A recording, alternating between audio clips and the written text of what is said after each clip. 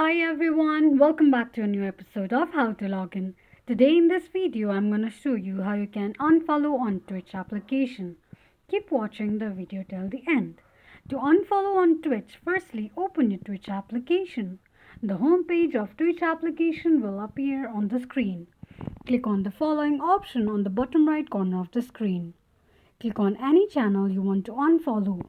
On the next page, tap on heart icon on the Twitter option.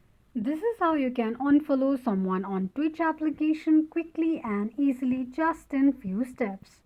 If you have any thoughts or queries, let us know in the comment section. Don't forget to subscribe to our channel. Also press the notification bell icon so that YouTube will notify you whenever we post a new video. I hope this video was helpful to you. If it was, go ahead and give us a thumbs up. Thank you so much for watching.